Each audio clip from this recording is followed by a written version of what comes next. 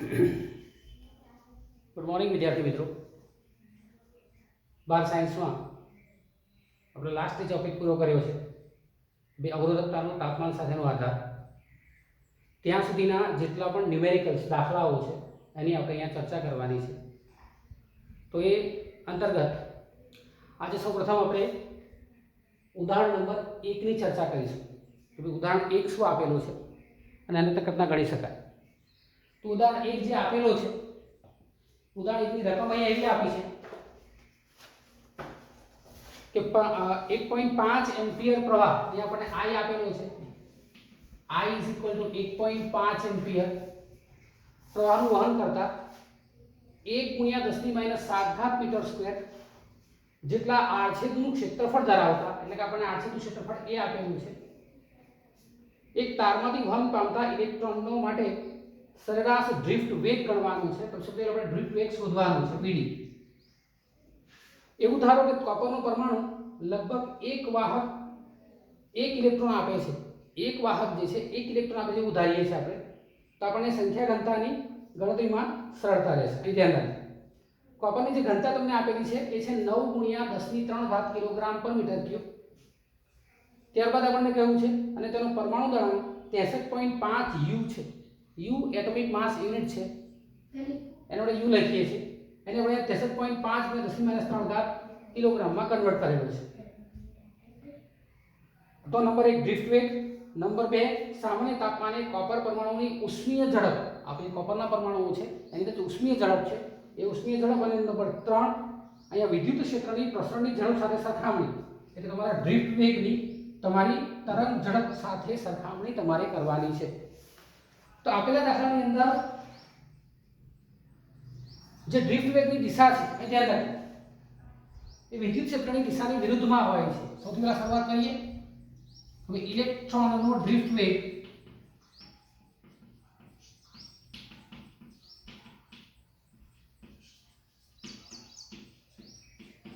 વિદ્યુત ક્ષેત્રની દિશાને વિરુદ્ધ હોય છે. અહીં ધ્યાન રાખજો. એટલે આજે વાત કરતા હોઈએ ત્યારે માટે ઇલેક્ટ્રોન સ્થિતિમાન તરફ ધસડાય છે. માટે ઇલેક્ટ્રોન ઊંચા સ્થિતિમાન તરફ ધસડાય છે અને ઘસડાઈને અસરકારક જે વેગ પ્રાપ્ત કરે છે એને આપણે શું કહેવું હતું? ડ્રિફ્ટ વેગ. તો એ સમીકરણ મારી પાસે છે નંબર 1 I = NaVDE. નવી, યાદ રાખજો, I = નવી NaVDE. મને અહીંયા આપેલી વિગતોમાં ચેક કરીએ તો કે I મને આપેલો છે, A મને આપેલો છે, VD મારે શોધવાનો છે. E એટલે ઇલેક્ટ્રોનનો વિદ્યુતભાર, E = 1.6 × 10⁻⁹ કુલમ. આટલી વસ્તુ મારી પાસે છે. નથી શું? તો કે n નથી. તો અહીંયા n તમારી પાસે નથી. તો સૌ પહેલા n શું છે? તો કે n છે તમારી સંખ્યા ઘનતા. સંખ્યા ઘનતા, એકમ કદ દીઠ રહેલા ઇલેક્ટ્રોનની સંખ્યા. એકમ કદ દીઠ રહેલા ઇલેક્ટ્રોનની સંખ્યા. તો કે n = એકમ કદમાં રહેલા ઇલેક્ટ્રોનની સંખ્યા એટલે એટલે નંબર છેદમાં અહીંયા લઈએ કદ v. n = Na/v. પરંતુ ઘનતા બરાબર દળ છેદમાં કદ, માટે કદ v બરાબર શું આવશે? અહીંયા લઈએ તો કે m/ρ. m/ρ. v ની કિંમત અહીંયા મૂકી દઈએ શું આવશે? તો કે n = Na એવોગાડ્રો અંક છેદમાં m, અને આ રો ઉપર આવી જશે તો કે ρ. તો આવશે Na/ρ/m. કિંમતો એપ્લાય કરીએ તો કે n = Na એટલે 6.023 × 23 6.022 × 10⁻23. એ ધ્યાન રાખજો, 23 સોરી 22 × 23 ગુણ્યા રો તમને આપેલી છે 9 × 10⁻³ છેદમાં અહીંયા m તમને આપેલો છે, પરમાણુ દળાંક m 63.5 ગુણ્યા 10⁻³ આ કેન્સલ આઉટ થઈ ધ્યાન રાખજો. તો જ્યારે n આખો આપણે ગણીશું આ સૂત્રને કેલ્ક્યુલેટ કરતા 6.023 ગુણ્યા 9 ભાગ્યા 63.5 કરીશું. જે જવાબ આવે છે એ જવાબ છે 8.5 ગુણ્યા 10 ની 28 ઘાત. 8.5 ગુણ્યા 10 ની 28 ઘાત પર મીટર ક્યુબ. પર મીટર ક્યુબ આ છે ઇલેક્ટ્રોનની તમારી સંખ્યા ઘનતા n. તો હવે n અહીંયા મળી ગઈ. તો હવે લઈએ છે તો કે હવે I is equal to NA VDE નવી પરથી VD is equal to શું આવશે I upon NAE. I upon NAE. Therefore VD is equal to I ની કિંમત 1.5, n ની કિંમત તમે શોધી 8.5 ગુણ્યા 10 ની 28 ગુણ્યા a એ તમને આપેલા છે 1 ગુણ્યા 10 ની 7 ઘાત, 1 ગુણ્યા 10 ની -7 ઘાત ગુણ્યા અહીંયા તમને કેટલા આપેલા છે e તો કે 1.6 into 10 to -19 VD. જરા તમે આખું ઇક્વેશનનું સોલ્યુશન કરશો તો જવાબ તમને જે મળશે એ VD તમારા આવશે 1.1 ગુણ્યા 10 ની -3 ઘાત. 1.1 ગુણ્યા 10 ની -3 ઘાત મીટર પર સેકન્ડ. એટલે VD તમને મળશે 1.1 મિલીમીટર પર સેકન્ડ.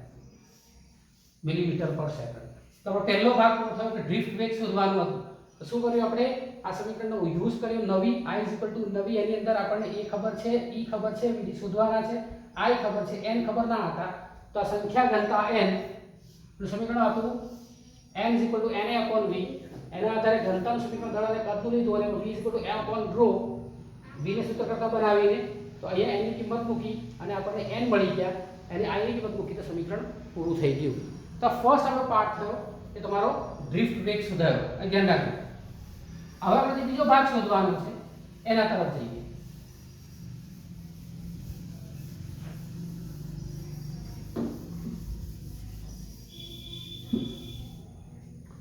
Second part.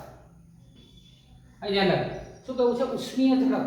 ઉષ્મીય ઝડપ શોધવી હોય તેના માટેનું સમીકરણ છે. ધ્યાન રાખજો. 3 kBt/m ઉષ્મીય ઝડપ v = √3 kBt/m. અગિયાર સાયન્સમાં આપણે યુઝ કરતા હતા જ્યાં kb બોલ્ટ્ઝમેન અચળાંક છે. kb શું છે? બોલ્ટ્ઝમેન અચળાંક છે. અને એનું જો મૂલ્ય લેવું હોય તો કે બોલ્ટ્ઝમેન અચળાંકનું જે મૂલ્ય તમને આપેલું છે એ મૂલ્ય છે તમારું 1.38 ગુણ્યા 10 ની -23 ઘાત. 1.38 ગુણ્યા 10 ની -23 ઘાત. અહીં ધ્યાન રાખજો. SI ક્લિયર છે. ત્યારબાદ આપણે અહીંયા T એટલે કે તાપમાન અને ઇક્વેશનની તાપમાન લઈએ છીએ. ઉડાન તાપમાન તમને કહ્યું છે સેમ્પલ ધ્યાન રાખો બરાબર. રકમની અંદર તમને કહ્યું છે કે સામાન્ય તાપમાને સામાન્ય તાપમાન એટલે 27 ડિગ્રી સેલ્સિયસ લઈએ તો આવશે 300 કેલ્વિન. આ થયું તમારું સામાન્ય તાપમાન. સામાન્ય તાપમાન જે આપણે લેવાનું છે. ત્યારબાદ m કોપરનું દળ. હવે આપણે અહીંયા આગળ જે કોપરનું પરમાણુ દળ આપેલું છે આપણને દળ ખબર નથી તો આપણે દળ શોધી લઈએ. અહીં ધ્યાન રાખજો. કોપરનું દળ m = m/Na. m/Na ક્લિયર છે.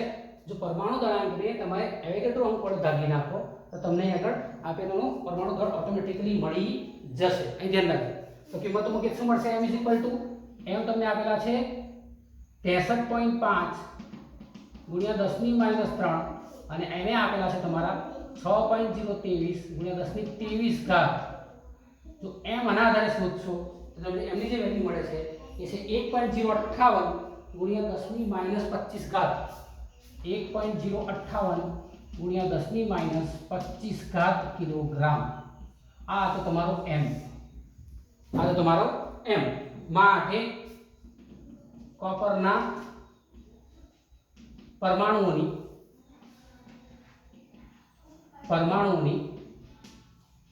ઉષ્મીય ઝડપ v = √3 kBt/m. સરેરાશ ઉષ્મીય ઝડપ લઈએ એવરેજ. therefore v = કિંમતો એપ્લાય કરીએ 3 * 1.38 * 10 to -23 t એટલે 300 છેદમાં m એટલે 1.058 into 10⁻25 સમીકરણને સોલ્વ કરશો તો સમીકરણ જ્યારે સોલ્વ કરશો ત્યારે જવાબ મળશે તમારો 3.425 ગુણ્યા 10 ની 2 ઘાત 3.425 ગુણ્યા 10 ની 2 ઘાત મીટર પર સેકન્ડ. તા તમારો બીજો ભાગ ઉષ્મીય ઝડપ કોપરના પરમાણુની ઉષ્મીય ઝડપ કેટલી છે તો આપણે આ રીતના દાખલો ગણીશું. તો દાખલાની અંદર આપેલી વિગતો ચેક કરો, ચેક કર્યા પછી શોધવાનું તે શોધો, કિંમતો એપ્લાય કરો, દાખલો પૂરો થશે. ધ્યાન રાખો આ તો બીજો ભાગ. હવે લઈએ છીએ ત્રીજો ભાગ. અહીં ધ્યાન રાખો ડ્રિફ્ટ વેગ છેદમાં તમારા તરંગ ઝડપ. તો લઈએ છીએ નંબર 3 ડ્રિફ્ટ વેગ છેદમાં તરંગ ઝડપ. ડ્રિફ્ટ વેગ આપણે પહેલા જ શોધ્યો છે 1.1 મિલીમીટર પર સેકન્ડ. અહીં ધ્યાન રાખો ડ્રિફ્ટ વેગ આપણને મળ્યો 1.1 into 10⁻³ પહેલા આપણે શોધેલો છે તે છેદમાં તરંગ ઝડપ કેટલી હોય તો કે શૂન્યાવકાશમાં પ્રકાશની ઝડપ 3 ગુણ્યા 10 ની 8 ઘાત. જ્યારે ઇક્વલાઇઝ કરીશું તો આપણને જવાબ મળે છે 0.36 ગુણ્યા 10 ની -11 ઘાત. 0.36 ગુણ્યા 10 ની -11 ઘાત ઇઝ ઇક્વલ ટુ લઈએ તો કે 3.6 ગુણ્યા 10 ની -12 ઘાત. એ ધ્યાન રાખજો 3.6 છેદમાં 10 ની -12 ઘાત એવરેજ આવે છે, જે દર્શાવે છે કે તરંગ ઝડપમાં લગભગ 10 ની -11 ગણતરી ઓછી છે. માટે ડ્રિફ્ટ વેગ તરંગ ઝડપ કરતા 3.6 ગુણ્યા 10 ની -12 ઘાત ગણું ઓછું છે. આ વધારે છે ડ્રિફ્ટ ધ્યાન રાખજો મલ્ટીપ્લાય થાય છે એટલે ડ્રિફ્ટ વેગ 10 ની -12 ઘાત ગણી ઓછી છે એવું આપણે લખીએ છીએ. ક્લિયર? તો આ તમારો દાખલો નંબર 1 પૂરો થયો. ઉદાહરણ નંબર 1 તમારો ડ્રિફ્ટ વેગ શોધવાનો હતો, ઉષ્મીય ઝડપ શોધવાની હતી અને ડ્રિફ્ટ વેગનો તરંગ ઝડપ સાથેનો તમારે ગુણોત્તર મેળવવાનો હતો. તો આ હતો ઉદાહરણ નંબર 1. આપણે એના પછી બીજા એક ઉદાહરણની ચર્ચા કરીએ.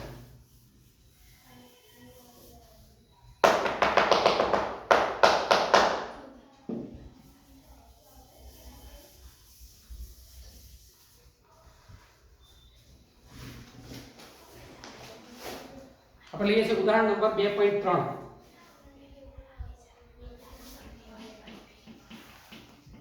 ઉદાહરણ 2.3 હું રકમ વાંચું છું. એક ઇલેક્ટ્રિક ટોસ્ટરમાં ગરમ કરવા માટે નિક્રોમ તારનો ઉપયોગ થાય છે. જ્યારે તેમાંથી અવગણ્ય પ્રવાહ પસાર કરવામાં આવે છે ત્યારે ઓરડાના તાપમાને આપણને ઓરડાનું તાપમાન T1 આપેલું છે. સંદર્ભ તાપમાન જેને આપણે કહીએ છીએ એ છે 27 ડિગ્રી સેલ્સિયસ એટલે ફેરવીશું એટલે કે 300 કેલ્વિન. અને તેનો અવરોધ એટલે કે R1 અવરોધ 73.5 ઓમ આપણને આપેલો છે.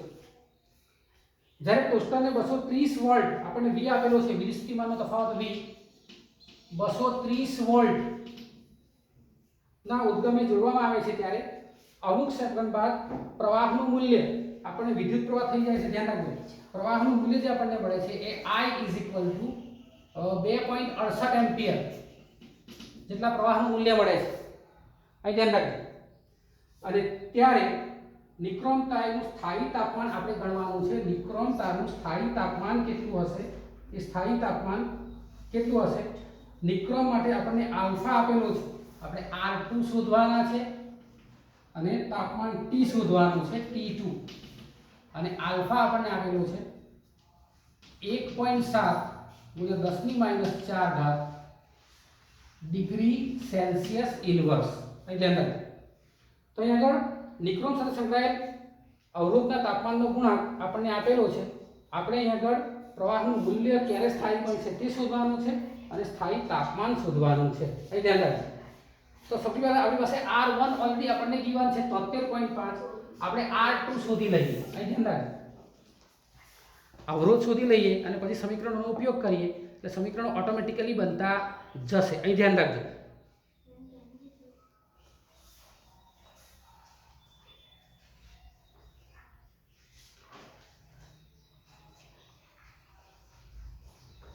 તો લઈએ તો પહેલા આપણે શોધીશું નંબર 1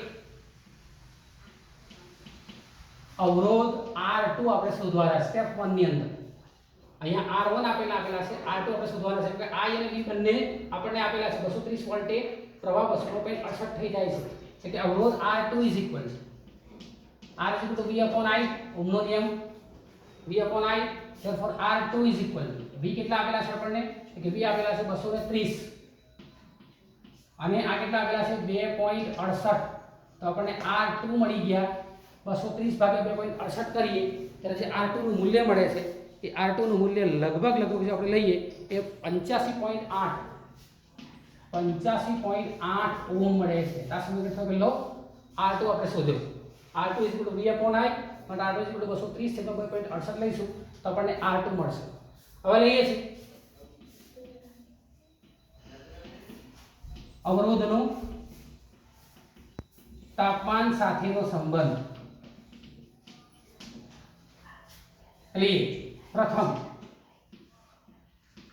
R1 માટે લઈએ તો શું આવશે તો કે R1 is equal to ધ્યાન રાખજો તમે લેતા હોઈએ ત્યારે R1 is equal to sorry અત્યારે તાપ લઈએ ઓરડાના તાપમાને પહેલા 27 ડિગ્રી R1 માટે પ્રથમ 27 ડિગ્રી સેલ્સિયસ તાપમાને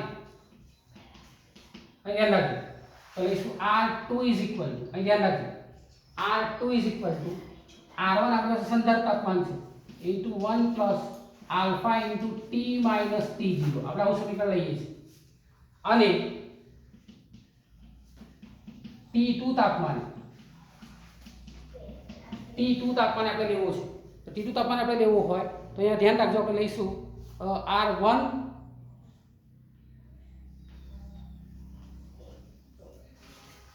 આને સોલ્વ કરી સમીકરણ ધ્યાન રાખજો તો therefore R2 is equal શું આવશે તો કે R1 plus R1 alpha into T minus T0 R2 minus R1 સૂત્રને ઇક્વેશન હેડ બનાવીએ તો આવશે R2 minus R1 આને બધું લાવીએ છે is equal to R1 into alpha into T minus T0 આપણે R1 અને alpha ને આ બધું લાવી દઈએ તો શું આવશે R2 minus R1 upon R1 into alpha is equal to T minus T0 આપણે તાપમાન જે શોધવાનું છે એ તાપમાન T શોધવાનું છે કે કોઈ T તાપમાન T2 આપણે ત્યાં લેવું હોય તો કે T minus T0 લઈએ છીએ T આપણી પાસે અહીંયા T છે અને અહીંયા છે T0 છે અને અહીંયા તાપમાન T આપણે શોધવાનું છે આપણે આને T કહી દઈએ T આપણે શોધવાનું છે તો કે T minus T0 હવે કિંમતો એપ્લાય કરતા જઈએ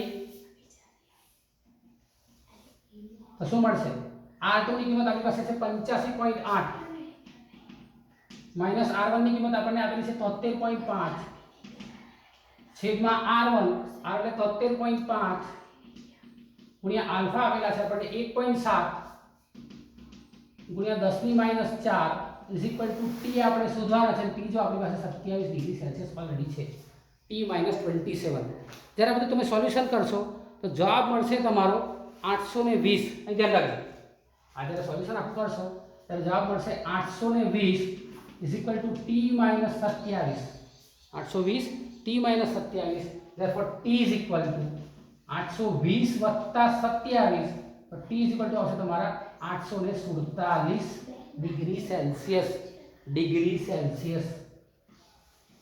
T is equal to 847 degree Celsius ધ્યાન રાખજો દાખલાની અંદર અવરોધના તાપમાન સાથે સંબંધ લઈએ છે ત્યારે 27 ડિગ્રી સેલ્સિયસ તાપમાને આ સંદર્ભ તાપમાન છે T0 જે આપણને આપેલું છે અને ત્યારબાદ T આપણે શોધવાનું કહ્યું છે કયા તાપમાને આપણને એવું કહ્યું છે એટલે આપણે શોધીએ છીએ માટે અહીંયા વ્યય સમાન હોય ત્યારે સ્થાયી ઉષ્મા 847 ડિગ્રી સેલ્સિયસ જેટલી છે અહીં ધ્યાન રાખજો સ્થાયી તાપમાન આ સ્થાયી તાપમાન છે જ્યારે આપેલું ટોસ્ટર જેટલી ઉષ્મા બહાર કાઢે છે ધ્યાન રાખજો જેટલી વાતાવરણમાં ઉષ્મા છે બંને સમાન થઈ જાય ત્યારે તાપમાન કેટલું થઈ જશે 847 ડિગ્રી સેલ્સિયસ તાપમાન થઈ જશે તો આ તો તમારો ઉદાહરણ નંબર 3 તો આપણે આગળ ત્રીજા એક ઉદાહરણની વાત કરીએ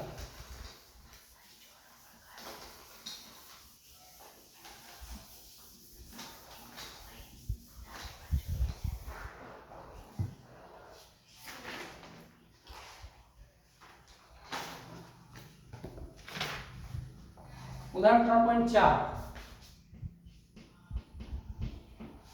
ઉદાહરણ 3.4 રકમમાં જુઓ મિત્રો, ધ્યાનથી આપણને આપેલું છે, ટેક્સ્ટબુક ખોલી રાખીને તમારે દાખલો કરવા બેસો ત્યારે ટેક્સ્ટબુક સાથે રાખવાની છે કે પ્લેટિનમ અવરોધ ધરાવતા થર્મોમીટરમાં રહેલા પ્લેટિનમ તારનો બરફના તાપમાને અવરોધ, બરફનું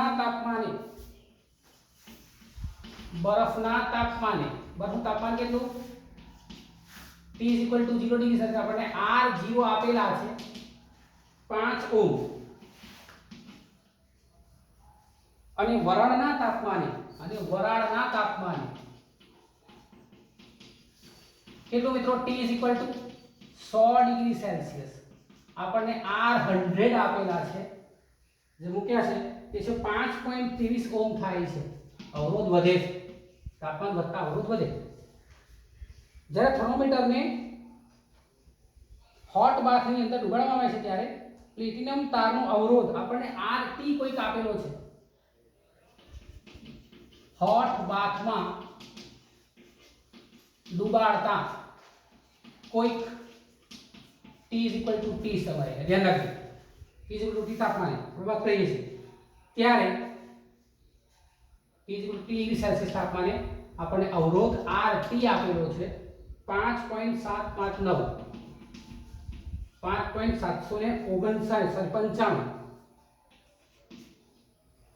ઓહ્મ આટલો અવરોધ આપેલો છે. તો આપણે હોટ બાથ જે છે એનું તાપમાન ગણવાનું છે, એ ધ્યાન રાખજો. એ છે અવરોધનો તાપમાન સાથેનો સંબંધ, તાપમાન સાથેનો સંબંધ.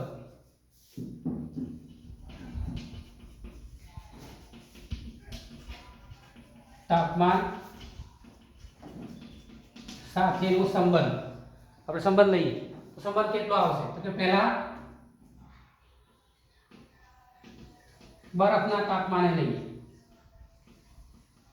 બરફના તાપમાન R1 આપણે ધારીએ છીએ, ધારો કે R1 મારી પાસે છે, તો બરફના તાપમાને લેતા હોઈએ તો કે R1 = RT ધ્યાન રાખવાનું, RT આપણે RT સાથે લેવા જેવા છે. RT શું આવશે? તો કે R0 1 + આલ્ફા into T - 0,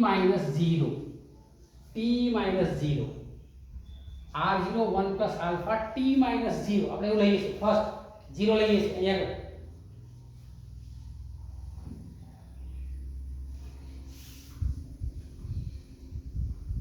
માટે સમીકરણ કેટલું બન્યું?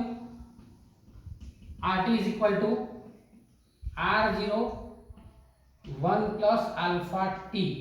ધ્યાન રાખજો, અને આ બધું લાવી દઈએ તો આવશે RT - R0 = 1 + alpha * T, 1 + alpha * T. ધ્યાન રાખજો. ધેરફોર આપણે આલ્ફા રસ્તો કોઈ બનાવવો હોય તો -1 કરવા પડે, તો RT = R0 1 + આલ્ફા * T. સમીકરણ નંબર 1 આપણે લખી દઈએ, સમીકરણ નંબર 1, અથવા તે આટલું યાદ હશે તો પણ ચાલશે. RT - R0 1 + alpha T. Clear છે? હવે લઈએ છીએ વરાળના તાપમાન માટે.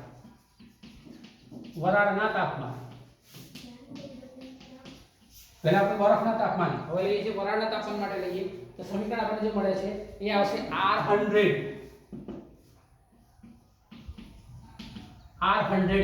પહેલા તાપમાન ચેન્જ કરીએ છીએ તો કે R100 = R0 1 + alpha * 100 - T0, 100 - T0. અહીં ધ્યાન રાખજો, T0 તો આપણે 0 જ લેવાના છે, માટે R100 = R0 1 + આલ્ફા * 100 - 0. તો આવશે R100 = R0 1 + 100 આલ્ફા, R0 અંદર મલ્ટીપ્લાય કરી દઈએ, અહીં ધ્યાન રાખજો.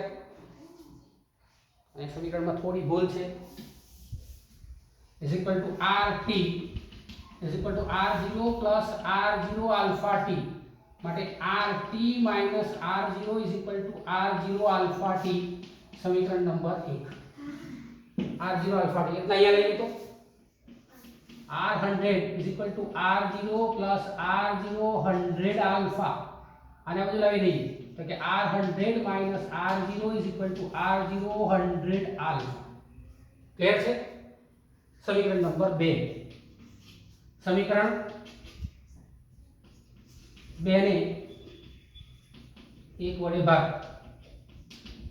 ડિવાઈડ કરીએ તો આપણે શું મળશે? ધ્યાન રાખો. તો આપણને મળશે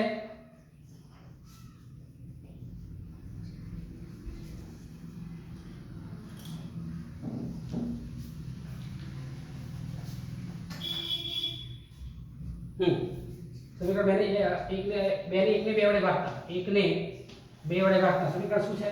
તો કે RT R0 છેદમાં R100 R0 is equal to અહીંયા કેટલા છે? R0 આલ્ફા t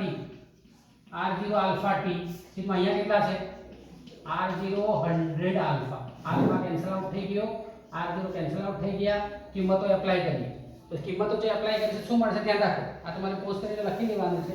કિંમતોને એપ્લાય કરીએ તો કિંમતો એપ્લાય કરી છે શું મળશે મને? અહીંયા તો મળશે RT ની કિંમત આપણને આપેલી છે RT 5.795 માઈનસ R0 5 છેદમાં R100 5.23 minus 5 is equal to T આપણે શોધવાના છે 100 છેદમાં છે. Therefore 5.795 5 કેટલા આવશે? 0.795 છેદમાં 0.23 ગુણ્યા 100 ઇઝ ઇક્વલ ટુ T. જ્યારે તમે T શોધશો તો કે T નું મૂલ્ય તમારી પાસે મળશે 345.65 ડિગ્રી સેલ્સિયસ. તો આ થયું તમારું તાપમાન 345.5 એટલે કે તમારું હીટ બાથ છે એ આટલા તાપમાને હશે ત્યારે અવરોધ 5.795 થશે. 0 હતો ત્યારે 5, 100 હતો ત્યારે 5.23 અને જ્યારે 345 ડિગ્રી સેલ્સિયસ તાપમાન થયું ત્યારે અવરોધ તમને મળ્યો 5.795. તો મિત્રો આ દાખલો થયો તમારો ઉદાહરણ નંબર 3. હવે આ રીતે તમારે કેટલાક સ્વાધ્યાયના દાખલાઓ છે એ તમારા સ્વાધ્યાયના દાખલાઓ તમારે હોમવર્કમાં કરવાના છે. તમને કહી દઉં કયા કયા દાખલા છે જે આ પ્રકારના છે.